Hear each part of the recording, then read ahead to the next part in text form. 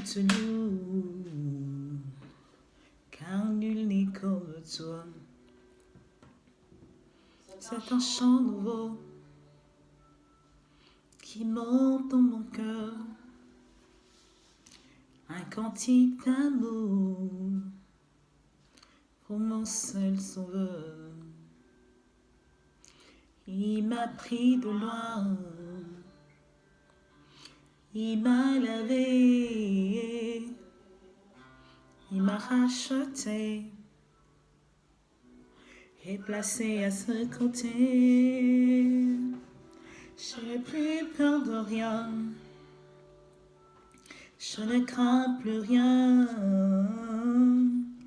car le bon berger est de mon côté. Il me tient la main, offensant droit dans l'armée de l'ennemi, et le grand Goliath se retrouve par terre. Il seul me suffit, il seul est tout pour moi, quand je ne sais comment dire. Je me mets à chanter, et Seigneur est bon, Éternel est bon, Éternel est bon, il est bon pour moi, Éternel est bon, Éternel est bon, Éternel est bon, il est bon pour moi. Tu es bon, Seigneur. Merci pour tes bontés, merci pour ta grâce, merci pour cette opportunité. La Bible dit, et quiconque tu convoques dans ta présence. Merci de nous avoir encore à nouveau convoqués dans ta présence pour t'écouter, Adonai Dieu de gloire. Car ta Bible dit, Seigneur, tout passera, mais ta parole ne passera point, Seigneur. Merci pour cette invitation, ô Dieu. Merci car au travers de cette invitation, nos vies seront changées, transformées, que toute la gloire te revienne, Abba, au nom de Jésus-Christ de Nazareth. Alléluia. Oui, seul est tout pour moi, quand je ne sais comment dire. Je me mets à chanter, oh Éternel est bon. Shalom, shalom à tout le monde. Shalom à toute personne qui regardera cette vidéo.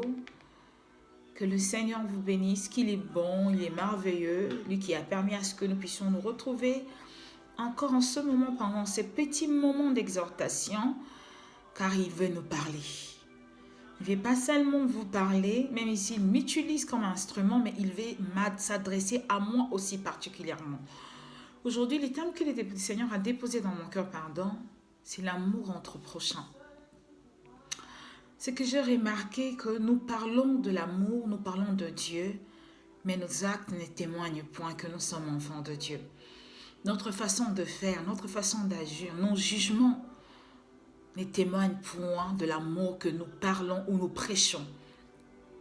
Parce que la Bible dit au commencement, Dieu aimait, il a aimé d'abord l'homme et ensuite il a donné. Il nous a prouvé, un vrai amour au travers le don de son Fils. Nous disons toujours, il faut aimer Dieu plus que tout. Oui, cela est bon. Mais la question que je me pose et je vous poserai aujourd'hui, c'est que comment pourrons-nous aimer celui qu'on ne voit pas sans pour autant aimer la personne qui est en face de nous, qu'on voit tous les jours, qu'on partage l'intimité, qu'on partage la vie tous les jours. Lorsqu'on est incapable d'aimer ces gens-là, dirons-nous vraiment que nous aimons Dieu? La Bible dit, aimons-nous les uns les autres, comme le Seigneur le recommande. Est-ce que nous accomplissons vraiment ces commandements? J'aimerais que nous puissions lire la parole sans plus tarder dans les livres de 1 Corinthiens 13. Nous le connaissons tous, qui parle de la charité.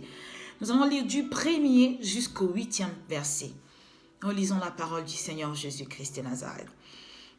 Quand je parlerai les langues des hommes et des anges, si je n'ai pas la charité, je suis un airain qui résonne ou une cymbale qui retentit. Et quand j'aurai les dons de prophétie, la science de tous les mystères et toute la connaissance, quand j'aurai même toute la foi jusqu'à déplacer, transporter de montagnes, si je n'ai pas la charité, je ne suis rien. Quand je distribuerai tous mes biens pour la nourriture de pauvres, quand je livrerai même mon corps pour être brûlé. Si je n'ai pas la charité, cela ne me sert à rien. La charité est patiente. Elle est pleine de bonté. La charité n'est point envieuse. La charité ne se vante point. Elle ne s'enfle point d'orgueil. Elle ne fait rien de malhonnête. Elle ne cherche point son honnêteté, son intérêt plutôt. Elle ne s'intéresse point. Elle ne s'irrite point, pardon. Elle ne soupçonne point le mal. Elle ne se réjouit point de l'injustice, mais elle se réjouit de la vérité. Elle excuse tout. Elle croit tout. Elle espère tout. Elle supporte tout. La charité ne périt jamais. Les prophéties prendront fin. Les langues cesseront. La connaissance disparaîtra. Ça, c'est très fort. Le verset 8, c'est très, très fort. Bien aimé, dans cette version, on dit la charité, mais dans d'autres versions, nous parlons de l'amour. La pensée que le Seigneur a déposée dans mon cœur, aujourd'hui ou la semaine dernière, pour que nous puissions partager, c'est que nous devons nous aimer les uns les autres. Ce slogan que nous utilisons ces derniers temps, aimons, nous vivons, c'est que les slogans que nous utilisons, mais en réalité, nous ne le pratiquons pas. En réalité, l'amour devait se remarquer entre enfants de Dieu.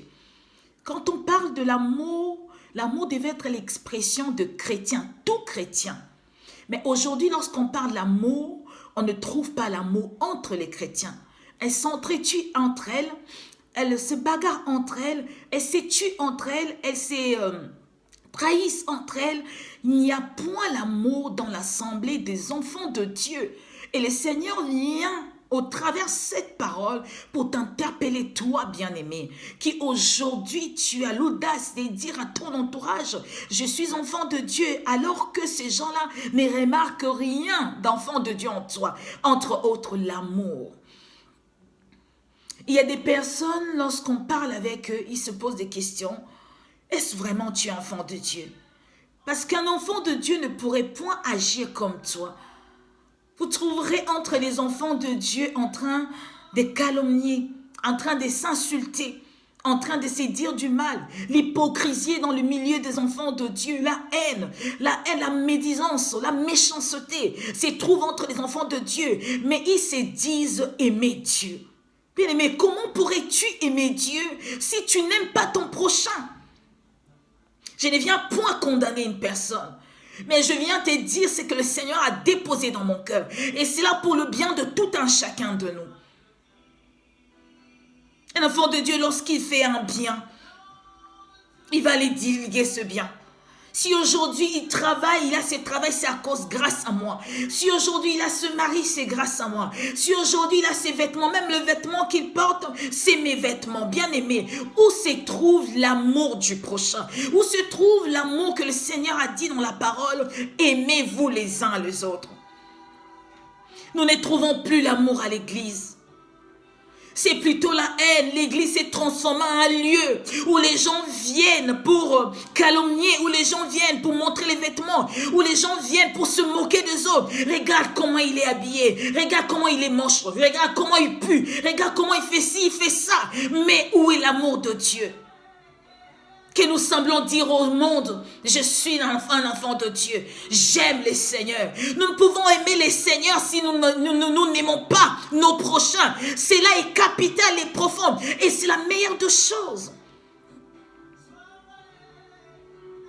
Tu peux beau te prétendre aimer Dieu.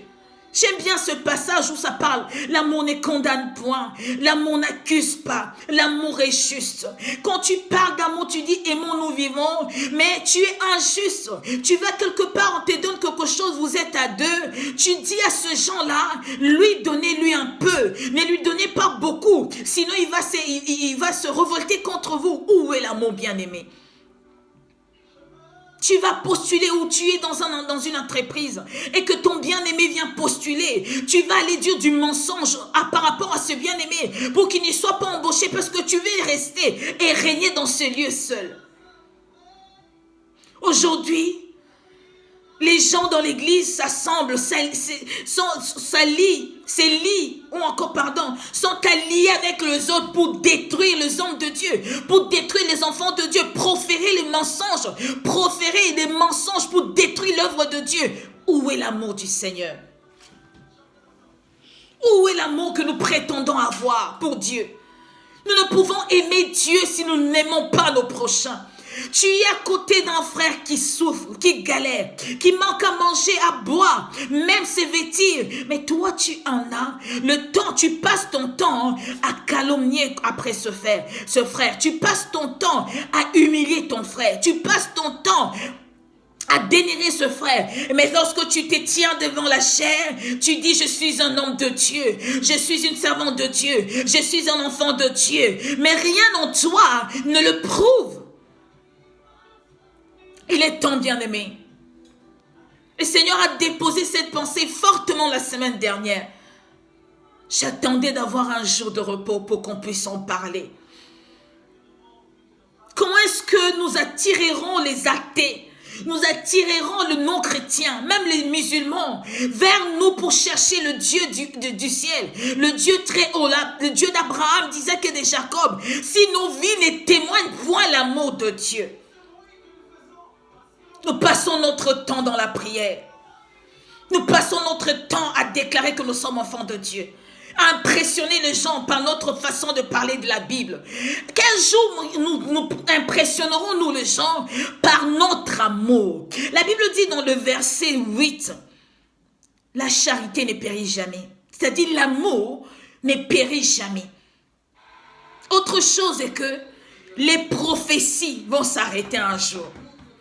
Toi qui attends qu'on te dise, tu seras grand, prospère, patati patata, tout ce qu'on peut te dire, excusez-moi, mais un jour, elles vont s'arrêter, les prophéties vont s'arrêter. Aujourd'hui, tu parles en langue. Lorsque tu parles en langue, ton entourage est attiré. C'est comme si tu touchais le ciel, tu parles avec le ciel. Mais un jour aussi, ces langues vont s'arrêter. Mais bien aimé, lorsque le Seigneur va revenir, il ne revient que pour trouver cet amour en toi. Parce que la Bible dit, sans l'amour et la sanctification, nul ne verra le Seigneur. C'est là et tout pour tout un chacun de nous. La Bible dit, les langues cesseront,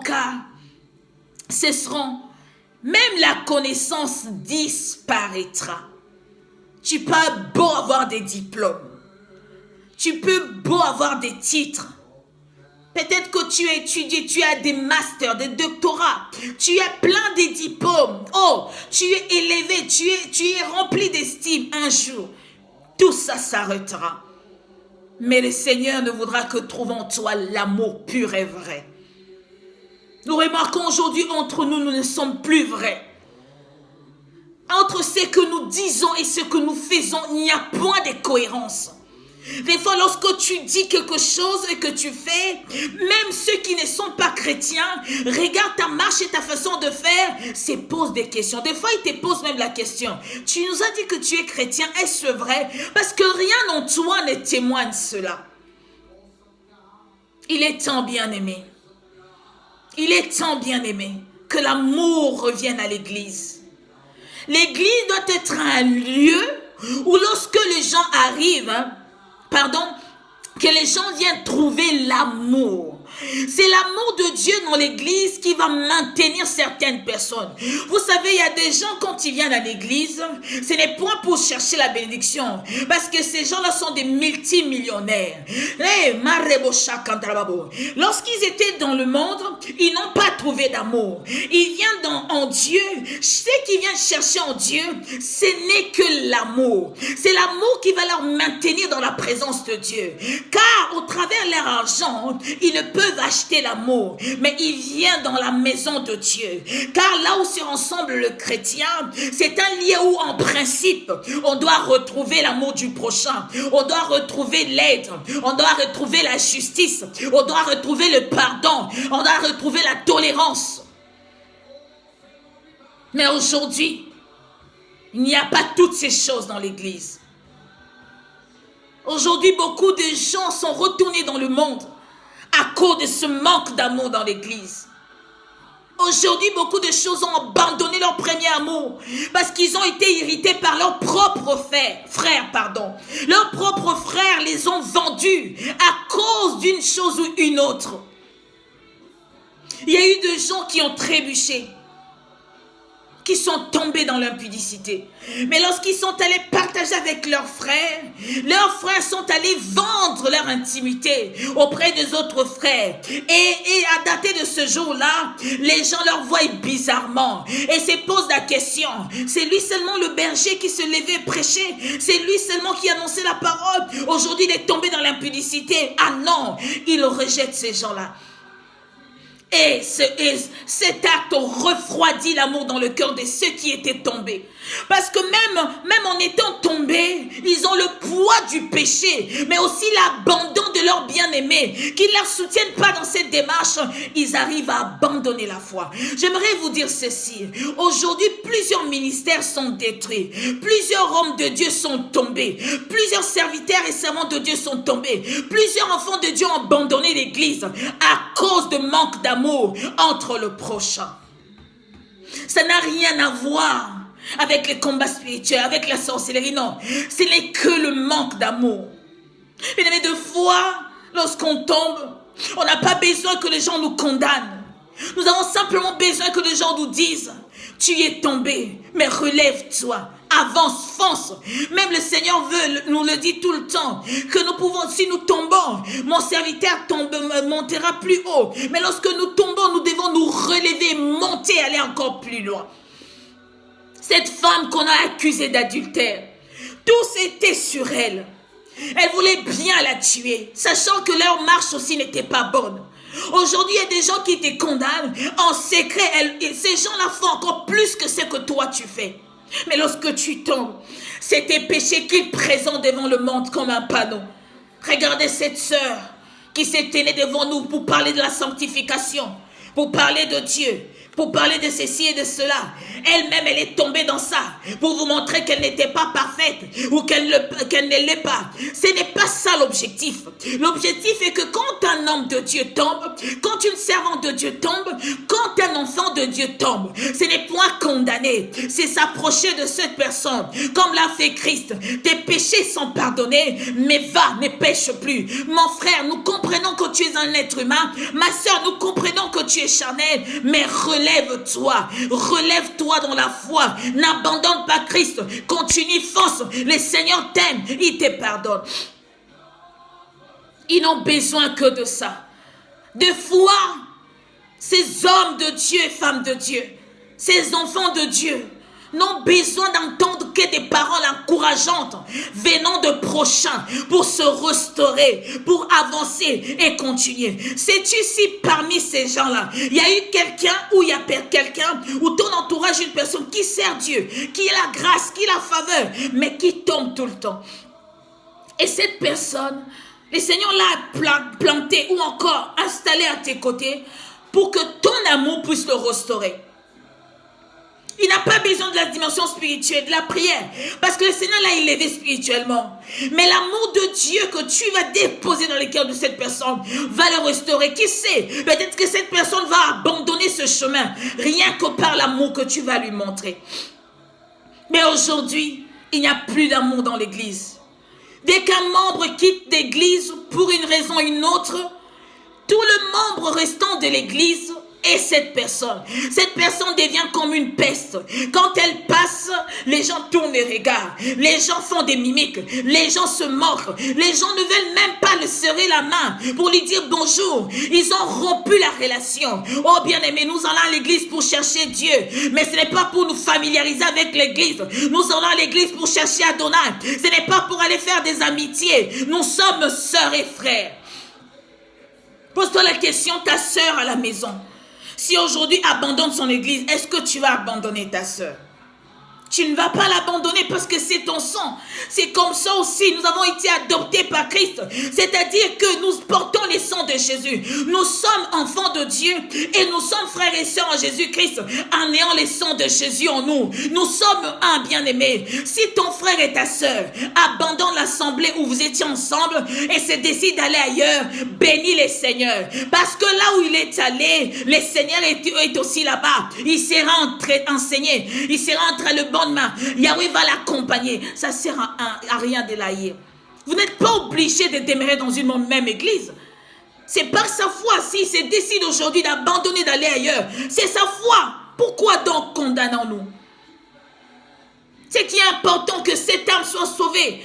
Si cette âme a quitté l'église à cause d'une raison ou une autre, ou par faiblesse, il a abandonné la foi, toi, mets tes genoux par terre, prie pour cette personne et arrête d'aller dire aux autres, il a fait ceci, il a fait ça, c'est là, pardon, il m'a dit ci, il est tombé avec tel frère, il est tombé avec telle sœur. Ça, ce n'est pas l'objectif.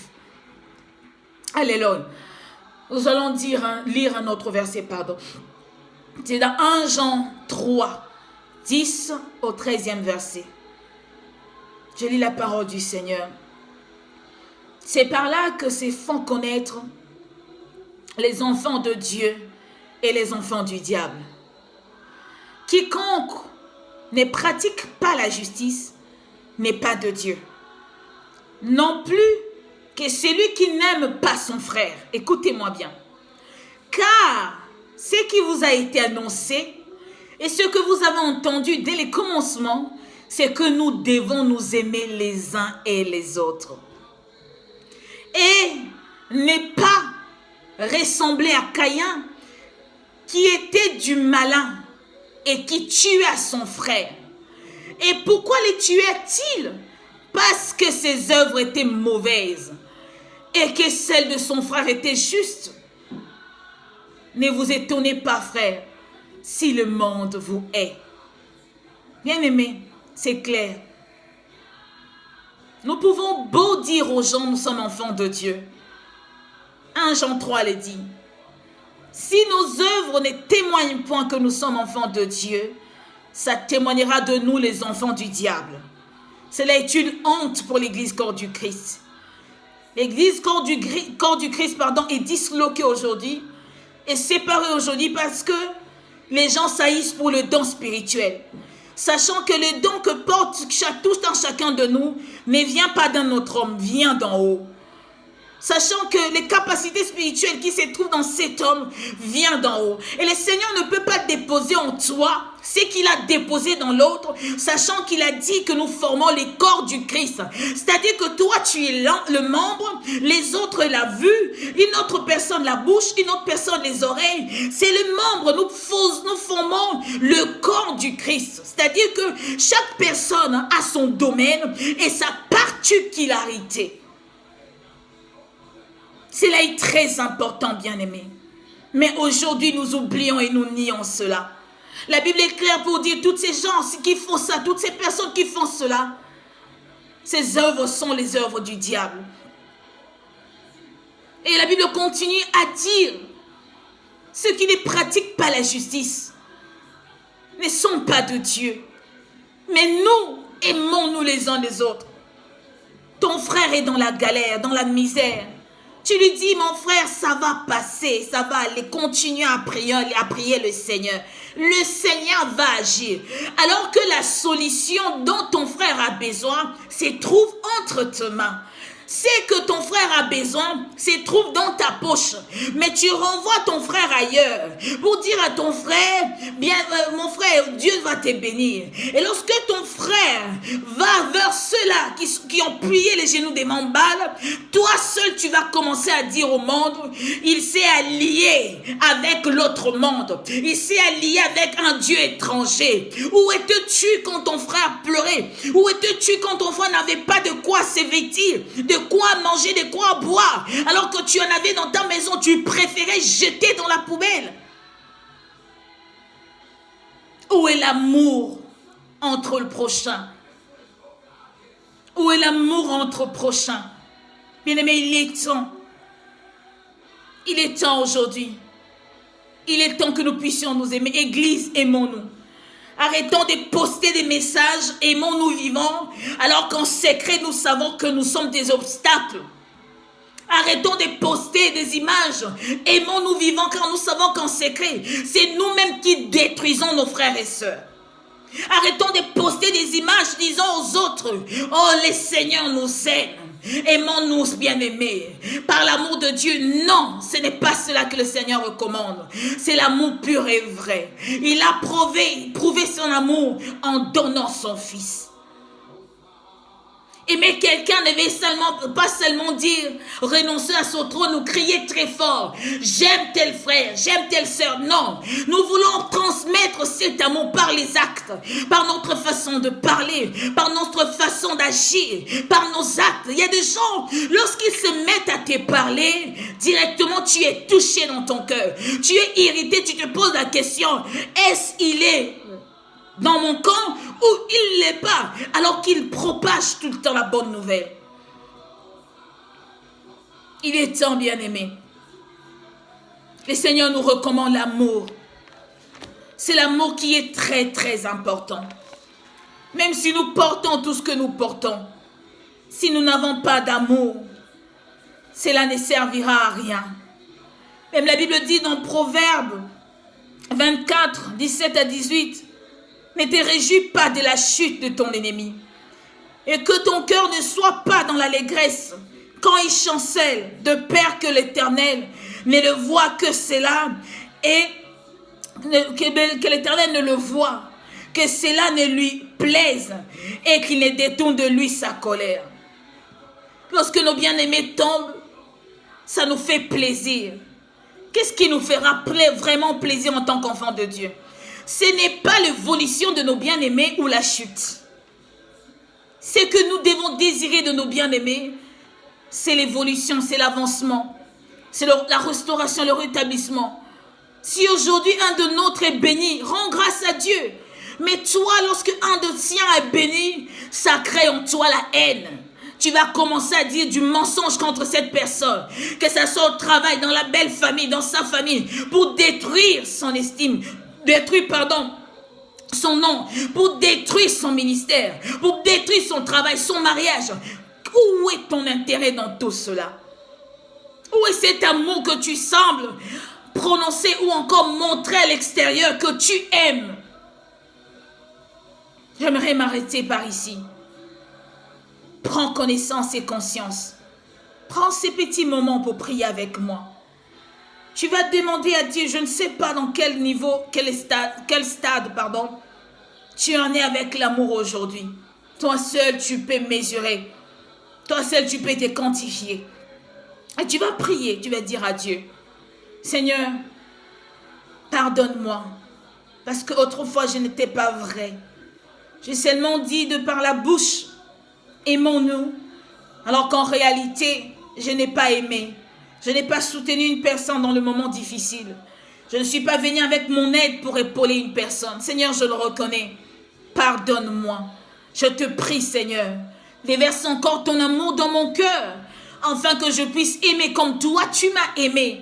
Car j'ai besoin de cet amour, parce que lorsque tu viendras, tu veux trouver cet amour en toi. Nous prions nous prions au nom de Jésus-Christ de Nazareth. Merci de nous avoir parlé. Lorsque tu envoies ta parole guérit. C'est que tu voulais nous interpeller aujourd'hui, qu'entre enfants de Dieu, nous puissions nous soutenir. Soutenir ton œuvre, Seigneur. Merci pour toi, Adonai.